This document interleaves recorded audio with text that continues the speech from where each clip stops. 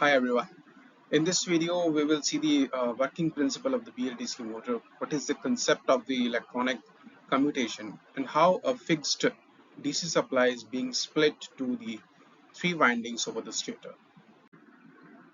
So let's understand that how BLDC rotor moves, and for this purpose, I have taken three pictures over here. So let's say this is the picture number 1 and the picture 2 and the picture 3. Here, this is the stator winding, which is shown over here. This is the stator winding being split into the three windings. Let's say this is the winding A, winding B, and winding C. So these two becomes one winding, and we have the two wires coming from this winding. This becomes the winding B, and these two will be the showing the holes of the winding C. And the rotor is outrunner type is shown over here. So this is the N pole of the rotor and this is the S pole of the rotor. So let's consider that this is the initial position of my rotor. So pay attention that if in the starting I am exciting the winding A and I am creating the S pole over here, and this is the N pole. So I'm creating the two poles by exciting the A winding, and my rotor N pole is here and my rotor S pole is here. So basically what should happen, that once I have energized my winding A, this N pole should get attracted to the opposite pole of S, which is created over the stator winding. So let's see what happens. As I've energized, we can see that this N pole has been attracted towards the S, and the S pole of the rotor is being attracted towards the N pole of the stator. So rotor has aligned itself as per the poles, and I've seen that this A winding have been given with the DC input supply, and the winding B is not energized, winding C is not energized. So only winding A is being energized. In the second picture, once I have energized A winding, now the second winding, which is over here, this is the B winding, I'm going to energize the B winding over here. So as per the simple attraction force, this N pole of the rotor should get attracted towards my S pole is being created over here. So let's see what happens. As I have created or energized the B winding, then the rotor N pole is get attracted towards the S pole of the B winding, and similarly the S pole of my rotor is being attracted towards the N pole of my B winding. And here I can see that the A winding has been de-energized at this moment, and the winding B is given the DC supply. So at this moment only B winding is being energized, A is not energized, and similarly C is not energized. So only single winding is being energized. In the third picture, we will see that after de-energizing the B winding, the third instant that I'm going to energize my C winding, which is placed over here, and my rotor position is that N pole is here and S pole is here. So once I have energized the C winding, which is these two, and here I will create the S pole and here I will create the N pole just by energizing this winding. So this S pole should get attracted towards this, and the N pole of the rotor should get attracted towards the S pole of the stator. Let's see what happens. So like this, it has been rotating. So it has completed one positive cycle over here. Initially A was given the positive supply, B was given the positive polarity, and C was given the positive polarity. So in the next instant, now the S pole of my rotor is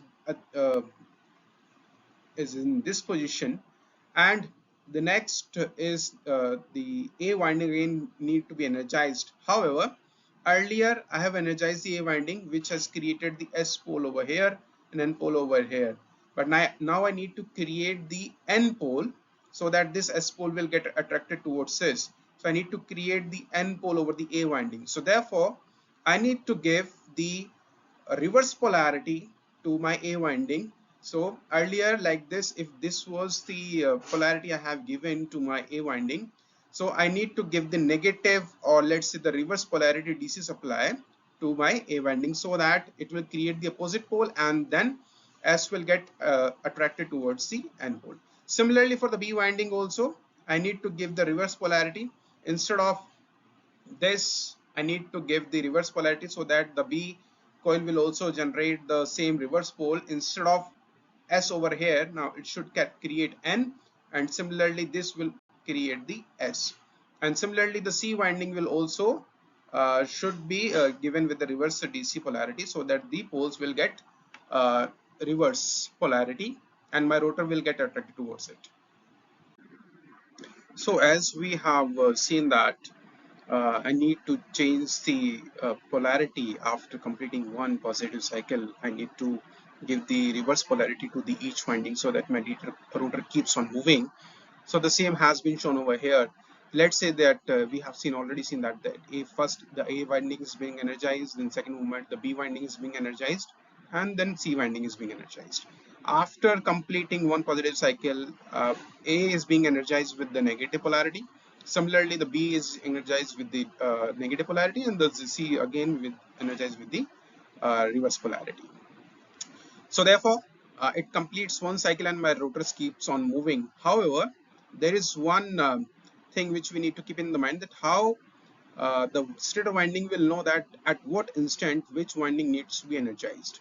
So that is only uh, can be done by if I know my rotor position, that where my rotor poles are moving and which poles is having at which location.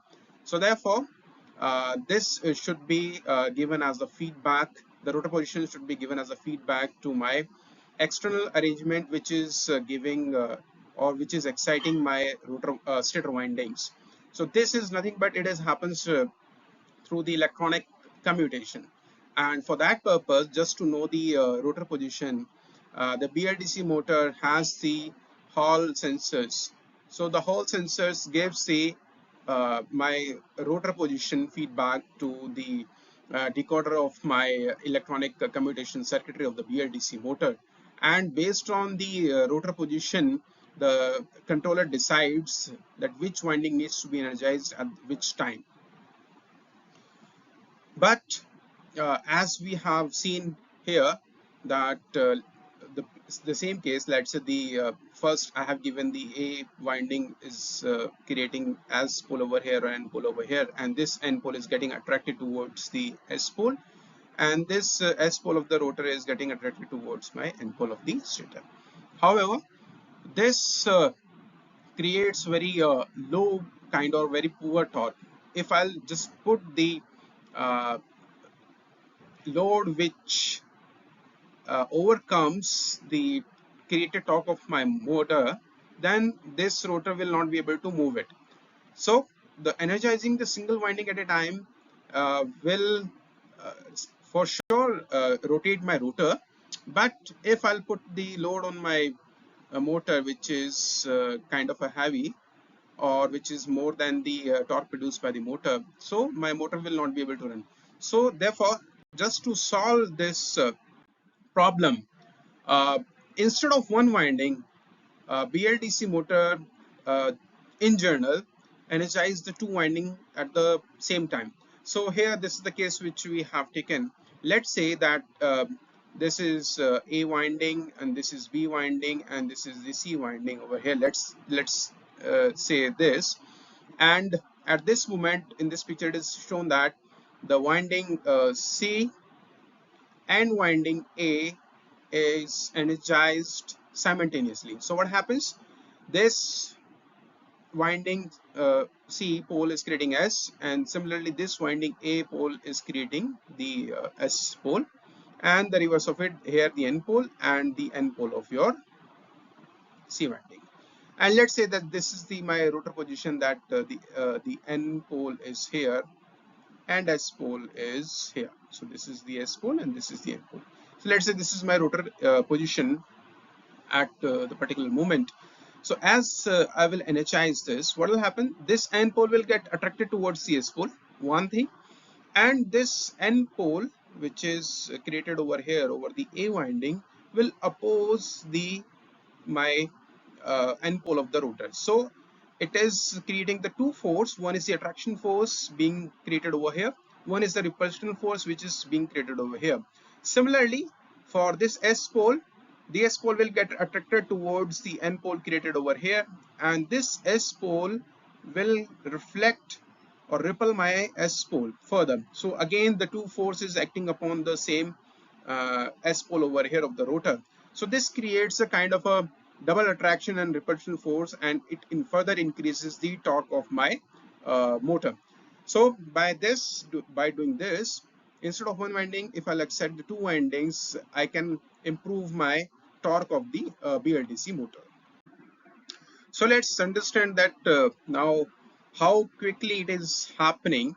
So in this image, we have the internal type of the rotor, which means that my rotor is being placed inside my stator. It is not surrounding my stator winding.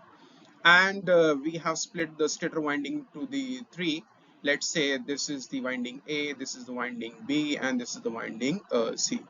And just to have the feedback of my rotor position, we have the three sensors over here. Hall sensor H1 denotes the Hall sensor 1, H2 denotes the Hall sensor 2, and H3 denotes the Hall sensor 3. So these three sensors are giving the feedback to my decoder circuit over here.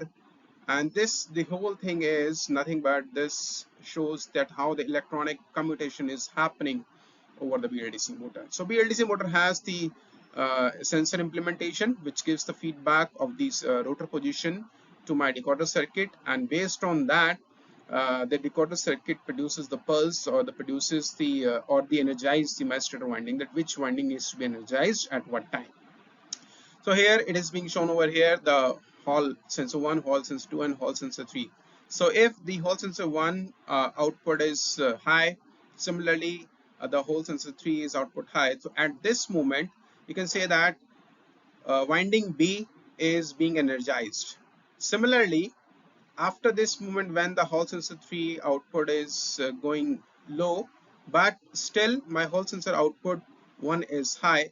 So at this particular moment, the winding AC is also being energized. So at this moment, I can see that the two windings, which is winding B and winding C, become uh, energized over here at this moment, but with the reverse polarity.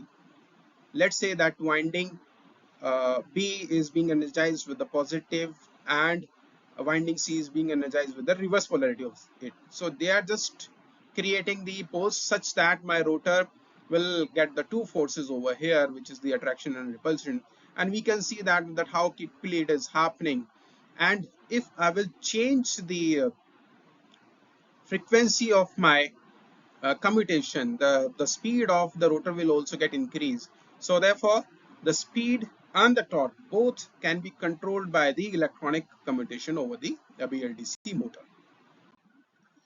So I hope this video helps you to understand the BLDC motor working principle, that how its rotor rotates, what is the concept of the electronic commutation, and how a DC supply is being split to the three windings over the stator. So it looks like that the BLDC motor has the 4-wire system, that three wires for the each winding, and one is the common wire which is connected to the all three winding. But it is not an AC three-phase motor. It is a DC motor which runs on the DC supply itself, and the DC supply is being split into the three windings of the stator by the electronic commutation. Thank you.